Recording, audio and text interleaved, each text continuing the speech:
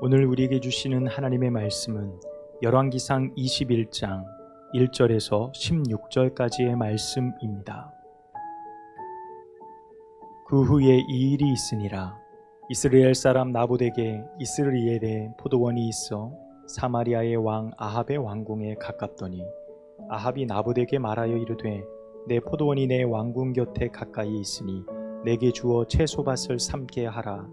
내가 그 대신에 그보다 더 아름다운 포도원을 내게 줄 것이요 만일 내가 좋게 여기면 그 값을 돈으로 내게 주리라. 나봇이 아합에게 말하되 내 조상의 유산을 왕에게 주기를 여호와께서 금하실지로다 하니 이스라엘 사람 나봇이 아합에게 대답하여 이르기를 내 조상의 유산을 왕께 줄 수 없다 하므로 아합이 근심하고 답답하여 왕궁으로 돌아와 침상에 누워 얼굴을 돌리고 식사를 아니하니 그의 아내 이세벨이 그에게 나와 이르되 왕의 마음에 무엇을 근심하여 식사를 아니하나이까. 왕이 그에게 이르되 내가 이스라엘 사람 나봇에게 말하여 이르기를 내 포도원을 내게 주되 돈으로 바꾸거나 만일 내가 좋아하면 내가 그 대신에 포도원을 내게 주리라 한즉 그가 대답하기를 내가 포도원을 내게 주지 아니하겠노라 하기 때문이로라. 그의 아내 이세벨이 그에게 이르되 왕이 지금 이스라엘 나라를 다스리시나이까. 일어나 식사를 하시고 마음을 즐겁게 하소서. 내가 이스라엘 사람 나봇의 포도원을 왕께 드리리이다 하고 아합의 이름으로 편지를 쓰고 그 인을 치고 봉하여 그의 성읍에서 나봇과 함께 사는 장로와 귀족들에게 보내니 그 편지 사연에 이르기를 금식을 선포하고 나봇을 백성 가운데 높이 앉힌 후 불량자 두 사람을 그 앞에 마주 앉히고 그에게 대하여 증거하기를 내가 하나님과 왕을 저주하였다 하게 하고 곧 그를 끌고 나가서 돌로 쳐 죽이라 하였더라. 그의 성읍 사람 곧 그의 성읍에 사는 장로와 귀족들이 이세벨의 지시 곧 그가 자기들에게 보낸 편지에 쓴 대로 하여 금식을 선포하고 나봇을 백성 가운데 높이 앉히매 때에 불량자 두 사람이 들어와 그의 앞에 앉고 백성 앞에서 나봇에게 대하여 증언하여 이르기를 나봇이 하나님과 왕을 저주하였다 하매 우리가 그를 성읍 밖으로 끌고 나가서 돌로 쳐 죽이고 이세벨에게 통보하기를 나봇이 돌에 맞아 죽었나이다 하니 이세벨이 나봇이 돌에 맞아 죽었다 함을 듣고 이세벨이 아합에게 이르되 일어나 그 이스라엘 사람 나봇이 돈으로 바꾸어 주기를 싫어하던 나봇의 포도원을 차지하소서. 나봇이 살아있지 아니하고 죽었나이다. 아합이 나봇이 죽었다 함을 듣고 곧 일어나 이스라엘 사람 나봇의 포도원을 차지하러 그리로 내려갔더라. 아멘.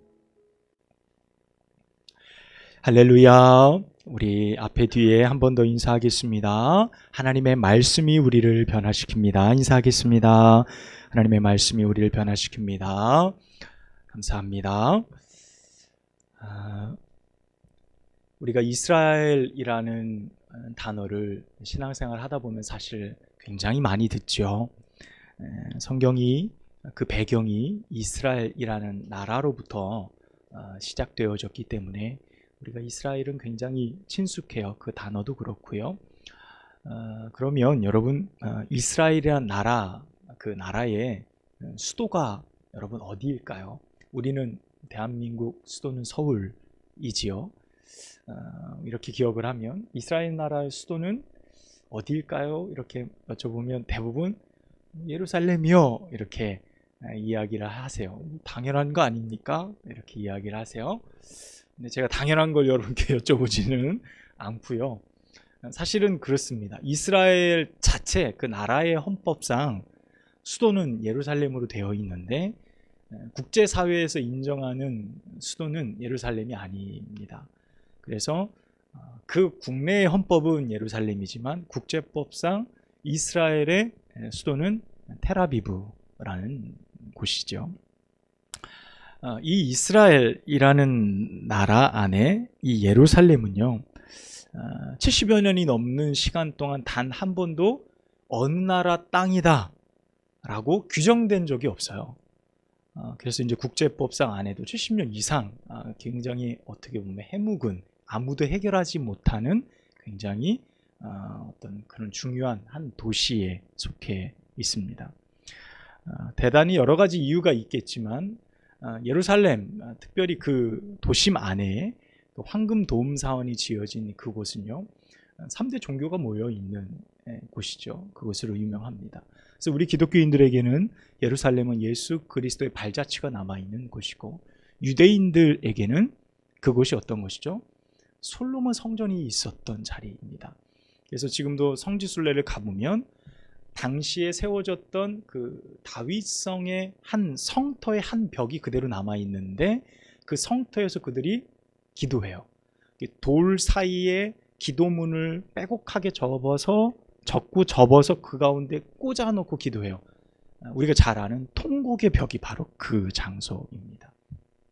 그 당시 다윗 시대 때 지어졌던 성터 그대로 그게 회복되리라는 믿음을 가지고 있어요. 그래서 유대인들에게도 그 장소는 정말 귀한 거예요. 이슬람 사람들에겐 그 장소가 어떤 겁니까? 현재의 이슬람 사원이 있는 곳이기도 하고, 하필 마호메트가 거기에서 승천했다고 믿는 장소가 바로 그 황금 도움 사원이 지어진 자리입니다. 그러니까 3대 종교의 성지가 바로 그 예루살렘이기 때문에 뭐 유엔도 어느 나라 수도다라고 말할 수가 없어요. 대단히 뜨거운 감자와 같은 역할을 하는 곳이 바로 예루살렘이죠. 오늘 우리 유정 권사님이 굉장히 긴 말씀을 읽어주셨습니다. 우리는 오늘 땅에 관한 이야기를 잠시 말씀을 통해 하려고 합니다. 사람은 누구나 땅을 딛고 밟고 살아갑니다. 어떤 과학자들은 이야기하죠. 아파트 높은 곳에서 살면 땅의 기운하고 멀어지기 때문에 건강하지 못합니다. 그런 이야기도 하기도 해요.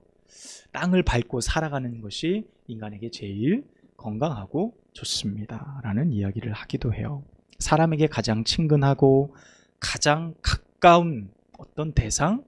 땅이겠죠. 땅은 우리에게 삶의 터전을 제공합니다. 우리가 땅에서부터 나왔기 때문이죠. 성경은 우리에게 이렇게 말합니다. 흙으로 왔으니 흙으로 돌아갈지어다 라고 말하는 것, 우리 인간은 땅에서부터 왔다, 우리의 기원이다 라고도 말할 수 있겠죠. 모든 먹거리의 제공이 땅에서부터 제공됩니다. 전쟁을 통해 지금 우크라이나의 그 많은 어떤 곡물들이 제대로 수입이 안 되고 있죠. 그래서 곡물 가격도 오르고 하는 것, 모든 것이 땅에서부터 왔다라고 해도 과한 이야기는 아닐 겁니다. 또 한편으로는 땅은 사람들의 꿈이 깃든 곳이기도 하죠. 우리 권사님 농사 지시는데, 농사를 짓는 분들에게 땅은 어떤 곳입니까? 나의 삶의 모든 것이죠. 제가 이렇게 교회에 이렇게 있으면 벼를 이렇게 심고 그것을 가꾸는데, 저 같으면 이렇게 심어놓으면 잘 자라고 피는 나중에 좀 제거하면 될 텐데, 늘 그 더운 무더위에 이렇게 눈을 둘러보세요. 모자를 쓰시고 폭염 속에서도 이렇게 난 풀을 뽑고 피를 뽑고 하시는 그 모습들을 봐요. 자식을 이렇게 키우듯 가꾸듯 하시는 모습들 이렇게 봅니다. 얼마나 귀할까. 그걸 심고 그것이 열매가 맺어서 내게 주어지는 것, 그분들에게는 삶의 전부처럼 여겨지는 것이 땅이죠. 내 집 한 칸 마련하기 위해서 사람들 어떻습니까? 땅 소원하잖아요. 이만큼에 있으면 참 좋겠다. 이만큼 있으면 내가 뭘 하고 우리가 소망을 그곳에 두며 살아가기도 합니다. 저는 이스라엘 사람들 그리고 이슬람 사람들이 저렇게 예루살렘을 놓고 네 땅이냐 내 땅이냐 지금도 치열하게 치고받죠. 그 사이에 또 누가 또 등장합니까? 팔레스타인. 여러분 아시죠? 팔레스타인. 지금 그 팔레스타인이라는 단어가 어디서 유래했습니까? 블레셋이라는 단어에서 유래하는 거예요. 그 사람들도 역시 자기들의 원래 영토 땅, 이스라엘 사람들에게 빼앗겼다고 그것 때문에 또 막 싸우고 하는, 모두 땅에 관한 문제들이 굉장히 복잡하게 얽혀 있는 것을 보게 되어집니다. 그들은 모두 그 땅이 성지이고 자신들에게는 굉장히 중요한 의미이다라고 말합니다. 그런데 이스라엘 사람들에게 예루살렘은 성지이기도 하지만 또 다른 의미와 또 다른 그 가운데 담겨진 대단히 중요한 뜻이 있습니다. 우리가 읽은 오늘 성경의 내용, 나봇의 포도원의 이야기입니다. 이스라엘 사람들은 이 성경을 읽으면 이 내용 안에 어떤 것이 정말 중요한지, 주제를 땅으로 이 관점으로 바라볼 때 이스라엘 사람들은 그 땅의 의미가 무엇인지를 정확하게 받아들일 수 있어요. 왜냐하면 그들의 문화, 그들의 어떤 인식 안에서 이 말씀이 기록이 되어졌기 때문에 그들은 지금 기록된 이 말씀이 어떤 것을 의미하는지를 정확하게 알 수 있었습니다. 우리도 그 말씀의 의미를 오늘 찾아서 가는 거예요. 우리는 땅 하면 어떤 생각이 제일 먼저 떠오르세요? 여러분, 땅 하면 어떤 게 떠오르십니까? 땅 하면 얼마예요?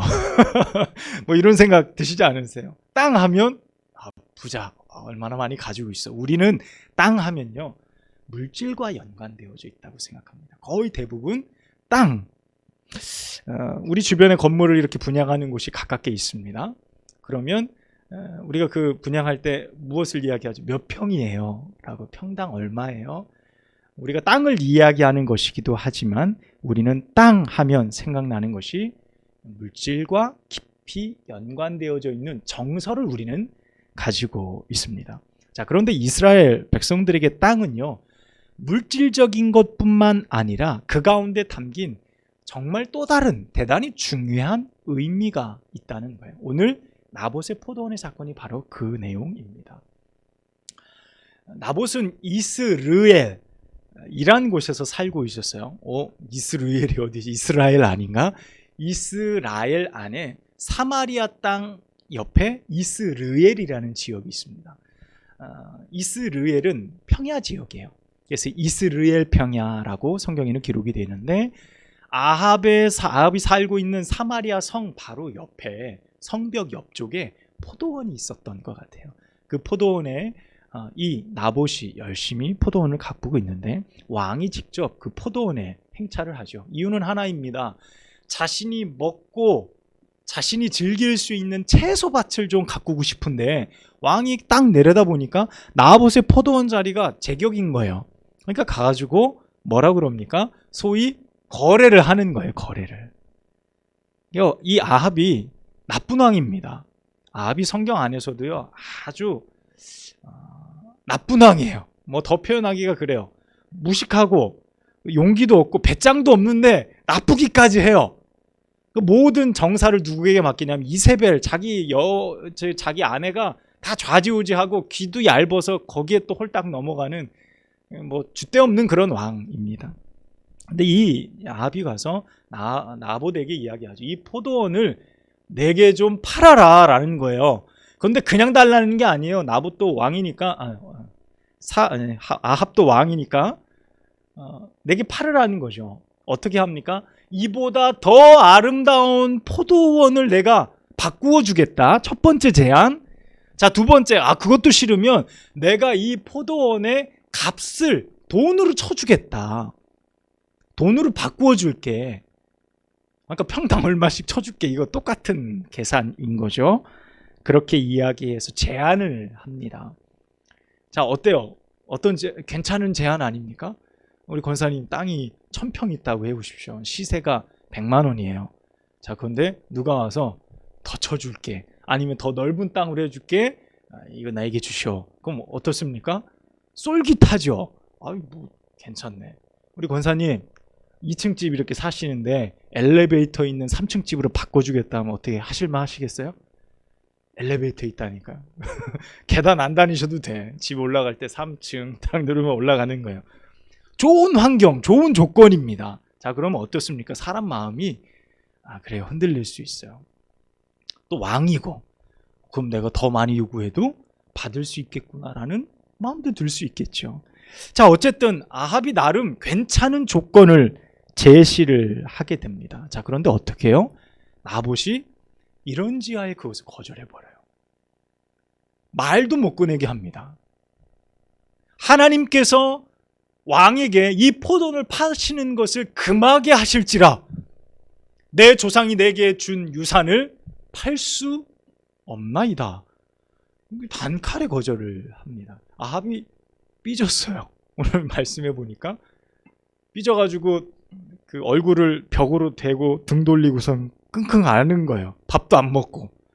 그러니까 이제 이 왕비가 볼 때 왕이시여 왜 그럽니까 했더니 여차저차 이렇다. 그러니까 이세벨이 답답한 거예요. 왕이 지금 이스라엘을 다스리는 왕입니까? 걱정하지 말고 음식 드십시오. 내가 그 포도원을 왕께 드리겠습니다. 그리고 뭘 하죠? 거짓 증인을 2명을 세워서 나봇을 억울한 죽음으로 내몰죠. 당시 이스라엘 분위기가 그런 겁니다. 그러니까 하나님을 모독했다, 왕을 모독했다, 즉결 심판이에요. 돌로 쳐서 죽였어요. 성 밖으로 내쳤습니다. 그것을 확인해. 죽었네. 왕이시여 죽었습니다. 이제 포도원을 가지소서. 자, 이게 오늘 사건의 전체적인 내용이에요. 사실 이 뒤의 내용은 어떻습니까? 이 일로 하나님께서 분노하시죠. 그리고 이세벨, 너의 피를 개들이 핥아먹게 할 거다. 하나님이 그의 죽음을 예고하시게 되어진 사건으로 연결되거든요. 그건 나중에 우리가 말씀을 또 나누겠지만 어쨌든 이 내용들로 오늘 이제 내용이 끝이 나게 됩니다. 어떻게 보면 비참한 사건인 거예요. 왕이 그냥 주면 됐는데 그렇지 않아서 유산 지키겠다고 해서 나봇이 맞은 결과는 참혹한 거였습니다. 자, 이 상황을 바라보면서 우리는 이 가운데 담긴 내용이 무엇일까? 라는 생각을 하게 합니다. 여러분 말씀을 들으면서 아합의 제안 어떻습니까? 아합이 나쁜 인간이긴 한데 그래도 괜찮은 제안을 한 거예요. 좋은 포도원 주겠다. 아니면 돈으로 바꾸어 주겠다라는 제안입니다. 정당한 거래를 제안한 거예요. 우리가 볼 때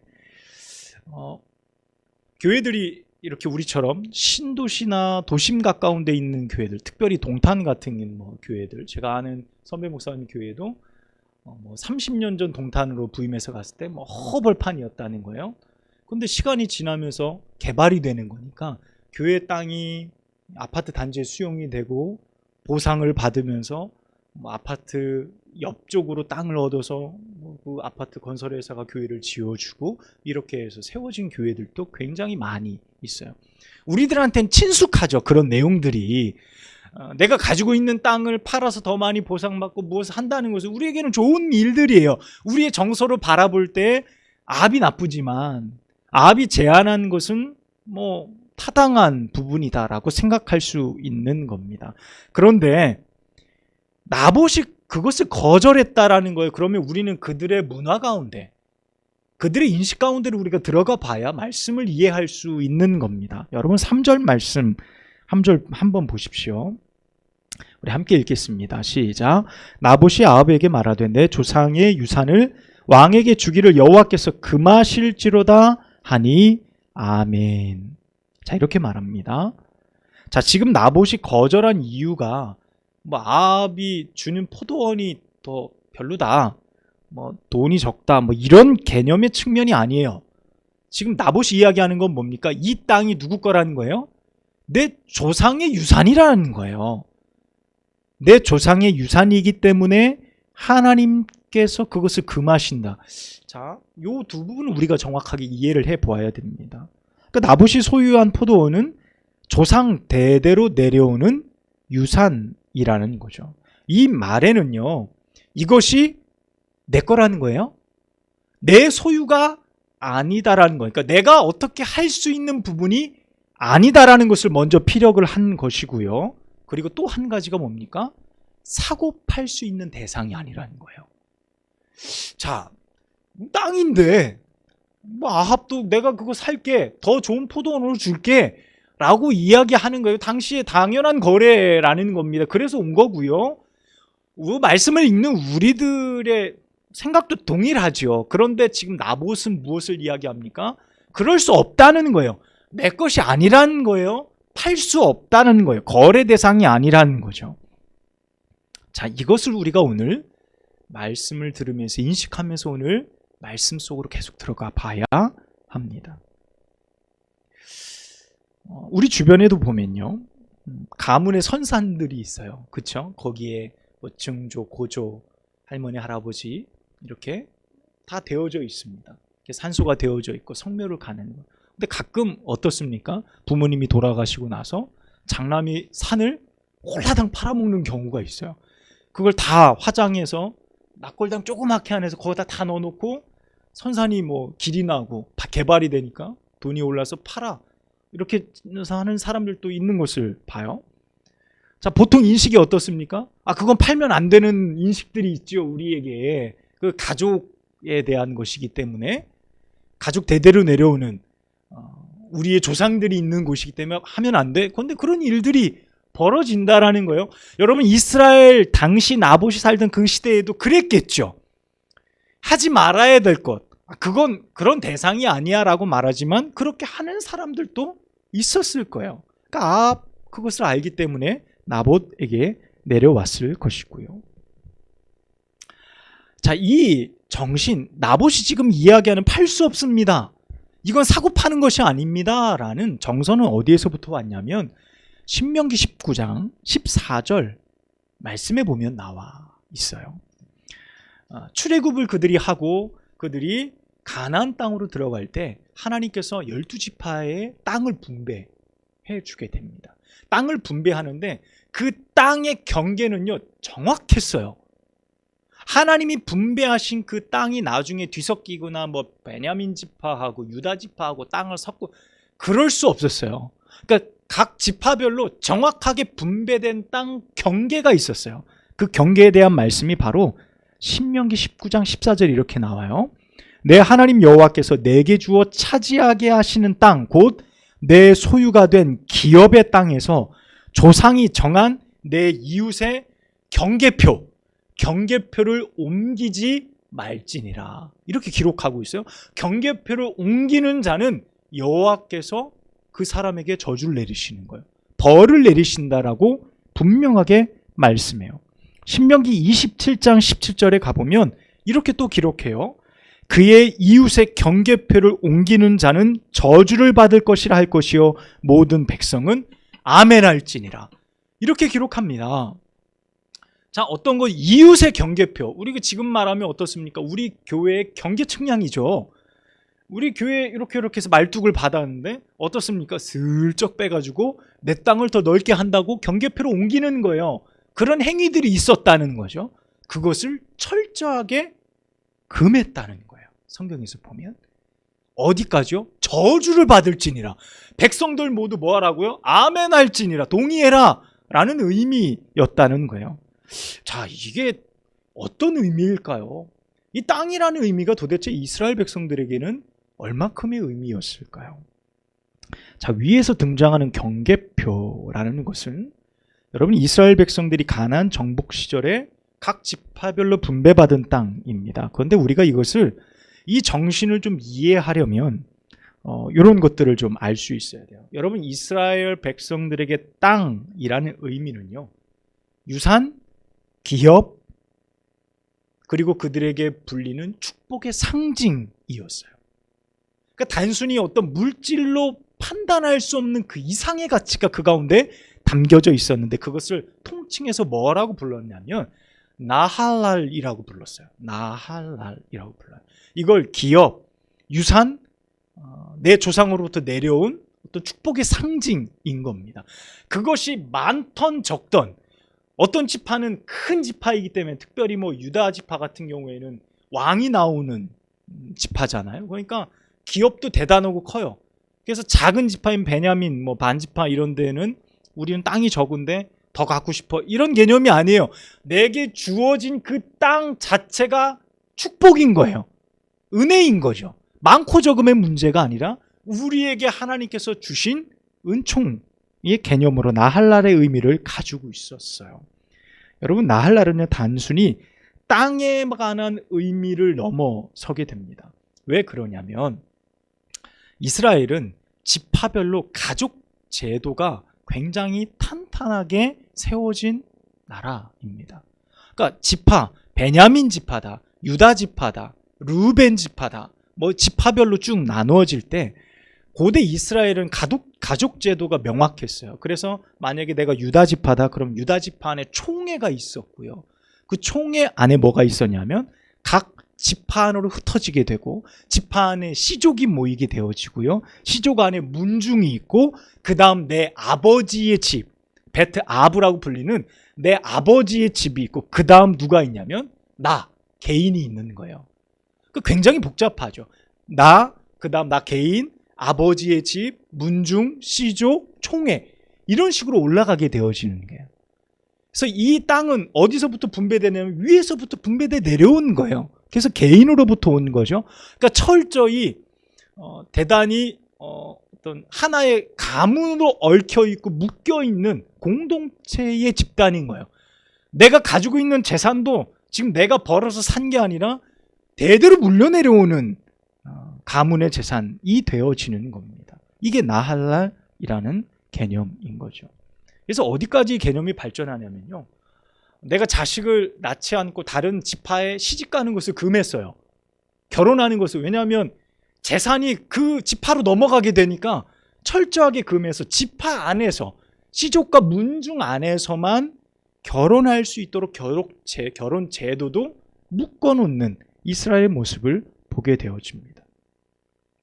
자, 이 나할렐이라는 제도는 아브라함 때부터 시작이 되어져서 언약의 땅 가운데 지파별로 분배받은 그 분배의 땅인데, 이거는 사고 파는 차원의 것이 아니었고 하나님이 우리 지파에게 내려주신 언약의 상징, 유산, 믿음의 축복이라는 개념이었다는 거예요. 그러니까 그들이 이것을 목숨을 걸고 지키는 거예요. 유산과 기업을 믿음으로 지키는 거예요. 더 많은 돈, 더 좋은 포도원을 내게 준다고 해도 이 가문의 것을 내가 팔 수 있는 권한이 없는 겁니다. 이게 우리가 읽은 오늘 본문의 말씀을 바라보는 우리의 문화적 관점의 이해가 되어야 합니다. 여러분, 나봇의 포도원의 사건이 이 시대를 살아가는 우리에게 여러분 많은 생각을 하게 하는 겁니다. 우리가 단편적으로 생각하는 땅, 물질적인 개념, 유산, 내게 남겨진 것들, 우리의 모든 관념은요, 사실 물질, 세상적인 가치와 아주 많이 연결되어져 있는 것을 볼 수 있어요. 세상은 돈으로 해결된다고 보죠. 안 되는 것이 어딨어? 다 모든 것을 사고 팔 수 있다라고 말하는데, 오늘 말씀은 우리에게 뭐라고 말합니까? 너에게 소중한 것이 있을 텐데 그 소중한 것 중에는 결코 사고 팔 수 없는 것이 있다라고 우리 가운데 말해요. 그래서는 안 된다라고 말하는 것이 있는 거예요. 여러분, 그게 무엇입니까? 우리의 삶 속에 하나님께서 허락하신, 나의 가정 가운데 허락하신 믿음의 기업, 믿음의 유산, 하나님이 내게 주신 이 믿음, 여러분, 이것은 결코 돈으로 사고 팔 수 없다는 거예요. 결코 그것을 거래하거나 그것을 통해서 이득을 취할 수 있는 것이 아니라는 것을 우리에게 말씀해 줘요. 여러분, 어떤 가정 가운데는요, 대단히 자랑스러운 것들을 이야기해요. 그게 무엇일까요? 우리 집에 가문 대대로 내려오는 이 물건은 사고 팔 수 없는 거야. 너무 귀한 거야.